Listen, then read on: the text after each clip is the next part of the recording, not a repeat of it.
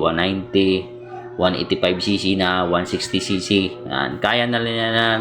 Kaya na nila yung center spring na 1 to 1.5 kaya nila. Pero pag stock engine kayo mga Carfax, huwag kayo magkabit ng 1 to 1.5 na center spring. 1,000 lang pinakamataas niyo para kaya hatakin ng makina niyo. Ngayon, explain ko muna to. Bakit mahirapan hatak yung makina ninyo dito. Ganun mga Carfax. Tingnan natin na explain ko sa inyo bakit nahirapan hatak makina ninyo. Ganito laro ng center spring nyo. Yan mga Carfax.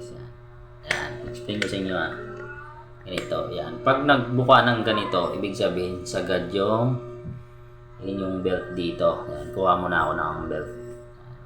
Carfax, kuha lang ako belt para makita yung sample. Yan, ganito ko Carfax Yan.